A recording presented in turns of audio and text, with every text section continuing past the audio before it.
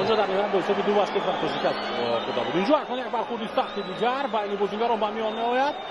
کورت سرخ و رستم یتیموف به دروازه‌بان تیم منتخب تاجیکستان داده می شود. در چنین بازی دوستانه این گونه برخوردهای سخت و عموما در فوتبال عموما زیبا نیست.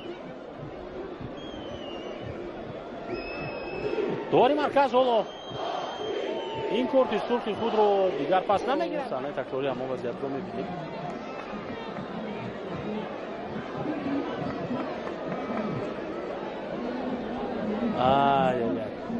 رستم یتیموف در این وضعیت حرکت‌های داشت که غیر کسبی. سراول بازیگر منتخب افغانستان این کار رو کرده است، اما بعدا رستم یتیموف به او جواب داد.